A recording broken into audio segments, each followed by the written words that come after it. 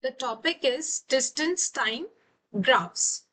So, what is distance time graphs? When we plot the distance and time on the two axes of the graph.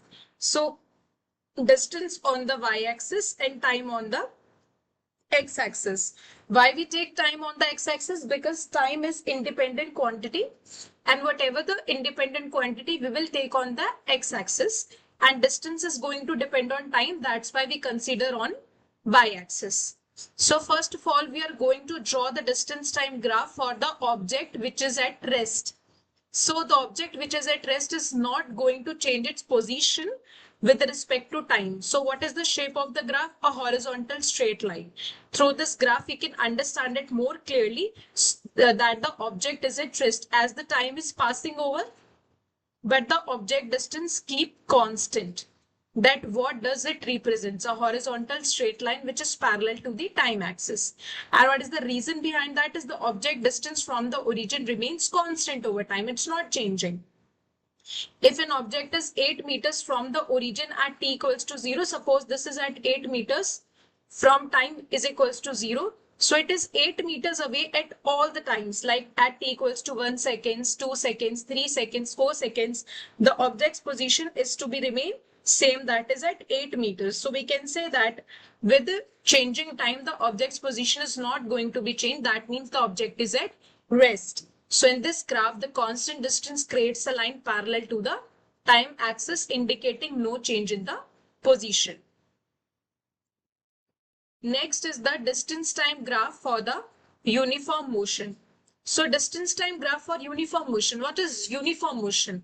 Uniform motion in which the speed remains constant, the distance intervals and the time intervals are constant. So the graph shape is basically a straight line which is inclined at a constant angle from the time axis. It come out to be a straight line like this. If this is a time and if this is a distance, then it will look like this.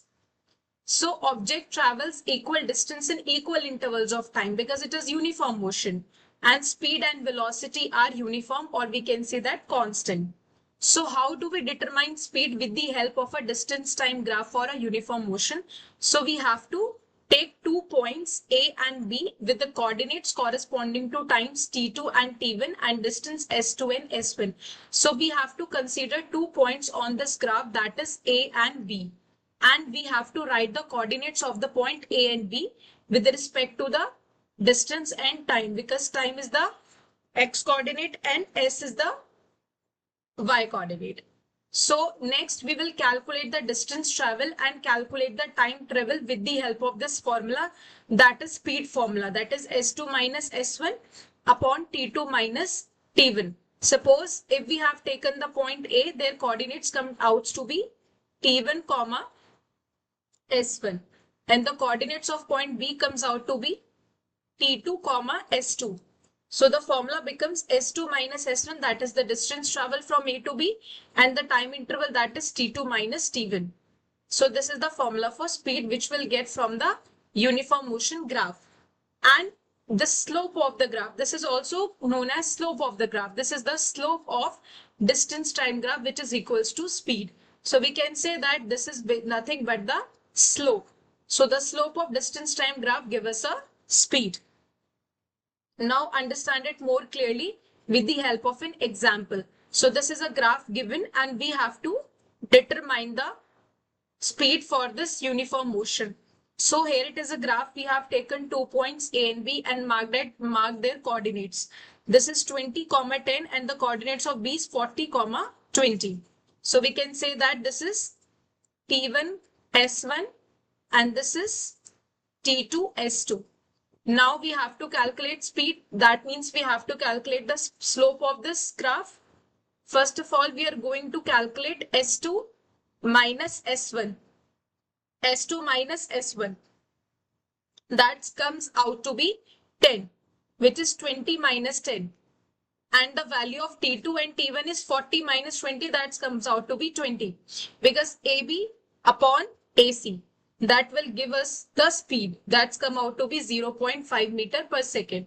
We can say that this is the distance travel S2 minus S1 and this is the time travel T2 minus t1, and with the formula of slope we can determine the speed with this distance graph for uniform motion. Next is distance time graph for object in non-uniform motion. As the object is a non-uniform motion, that means the distances in equal time intervals, unequal distance in equal time intervals.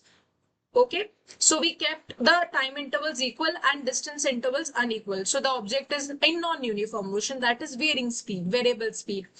So first of all, this is the distance time graph for buoy R. And it is a curved line, not a straight line, because it is non-uniform motion.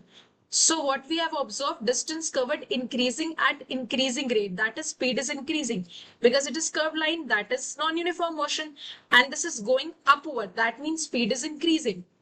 And for non-uniform motion, the slope of distance time graph changes from point to point, that does not remain constant. So we cannot use the formula of slope for non-uniform motion graph. So buoy R, the slope speed is increasing because this curved line is going in upward direction. So we can say that the speed is increasing. Next is, here is the another example of buoy S. Here is also the graph. The shape of the graph is curved line, which is not a straight line. It means it is a graph of non-uniform motion. But the distance covered increases at a decreasing rate. Why at a decreasing rate? Because the graph of this distance time is going in a downward direction. That means it is the distance covered increases at a decreasing rate and the speed is decreasing. And what is the slope of graph for non-uniform motion? The slope of distance time graph changes from point to point. In non-uniform motion, the slope is not remains constant. Slope is constant in the case of uniform motion. So buoy S, the slope is decreasing as the graph is going in downward direction. So this is a case of non-uniform motion.